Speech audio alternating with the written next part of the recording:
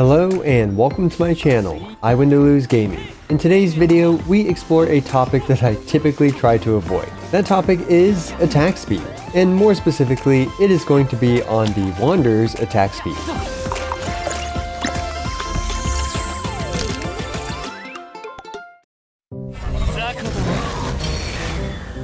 So why do I tend to avoid attack speed? Well, attack speed is one of those things that's comically difficult to have consistency through testing, and it's mathematically difficult to quantify. The last time I did a video on attack speed, it was for Kamisato Ayato, and it ended up being extremely buggy and was also subsequently fixed in a later patch. Well, for Wanderer, at least it's not as buggy as the Boba Roken slash was on Ayato, but it's still sometimes iffy to test. Nonetheless, I've still gone through the pain of testing attack speed on Wanderer, so you don't have to. Now, when does attack speed even matter? Well, Wanderer has a limited amount of time that he can stay airborne and thus dish out attacks. Only if you're able to squeeze out more attacks during his infusion duration or squeeze them out quicker is it particularly useful. As such, the testing I've done is mainly monitoring how many attacks we can squeeze out during the 10 seconds of floaty time for the Wanderer. I did not weave in any of his passive air dashes though, as that typically doesn't actually squeeze out more attacks. This was done to maintain simplicity and consistency.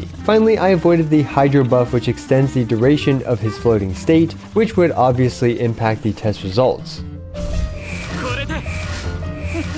The first thing to take note of before moving on to the meat and potatoes of this video is that the Wanderer's charge attacks do not appear to be any faster thanks to attack speed. I consistently perform 12 to 13 charge attacks whether I have 0 attack speed or as much attack speed as I can possibly squeeze out. So with that out of the way, let's talk about some quick notations for his normal attack speed. The number in the combo row is the number of N3 combos the Wanderer was able to do. This 5 means that he was able to do 5 full N3s, and the decimal, in this case 5.2, means that he was able to do 5 full N3s plus an N1 and N2 before wandering his way back to the ground. The multiplier here is the total normal attack damage multiplier he squeezed out at talent level 10, which for this 0% attack speed clip, where he performed 5.2 N3s, the Wanderer dished out 2,528% total normal attack multiplier. So now with the notation out of the way, let's steadily and methodically increase the Wanderer's attack speed. Starting with a very small boost, Chongyun's passive 2, which provides 8% additional attack speed to... Hey, editing I went to lose here. I just realized after editing Chongyun's elemental skill onto the screen, or his passive onto the screen, that it only applies to Claymore, Sword, or pull-on characters, so obviously that does not include the Wanderer. Totally forgot about that, so yeah, I'm just gonna cut that part out of the chart and continue on in this video.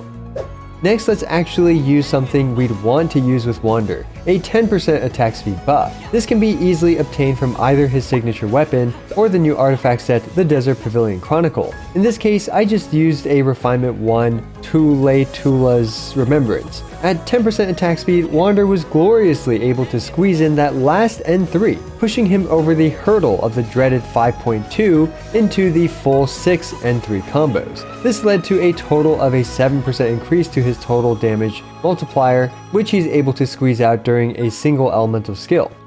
The next testing point is 20% attack speed. Let's say you have both his signature weapon and the Desert Pavilion Chronicle. Well, now Wanderer is able to squeeze in an extra N1 and N2 slash after his 6th N3, thus further increasing his overall damage output during a single rotation. And I even did some micro tests, which I'm not going to show the full clips for all of them, but I will include them in the chart, to see if any additional small amounts of attack speed can actually help Wanderer squeeze out an additional attack or two.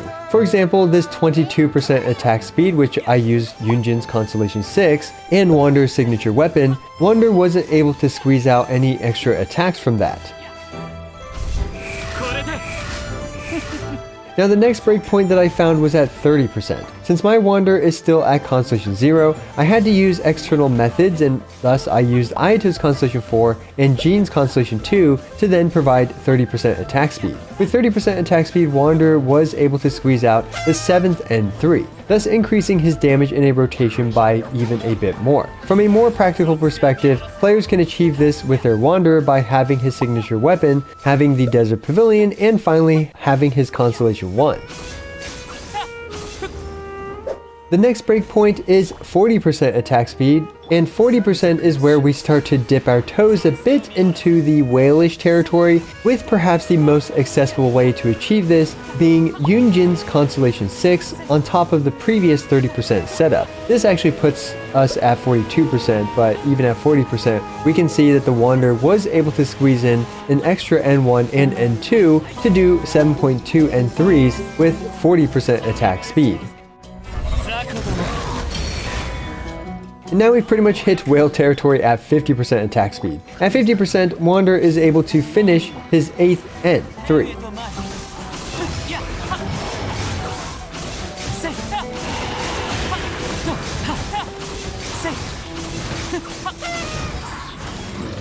And finally, at 57.5%, he's able to do 8.2 N3s, and interestingly, above 57.5%, I wasn't able to perform any additional attacks on the Wanderer. I thought the attack speed cap was around 70%, but honestly, I'm not entirely sure about attack speed, and this is just through my limited testing.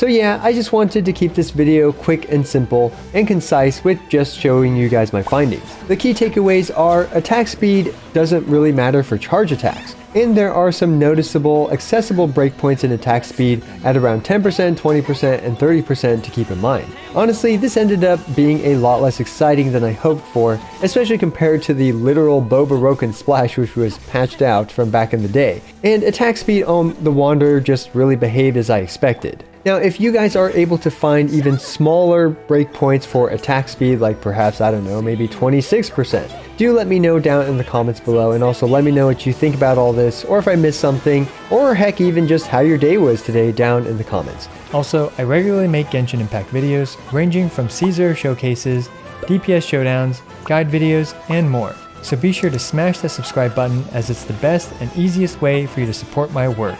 Also, don't forget to like the video and leave a comment for the YouTube algorithm. As always, I appreciate every single one of you. This is I Win to Lose, signing out.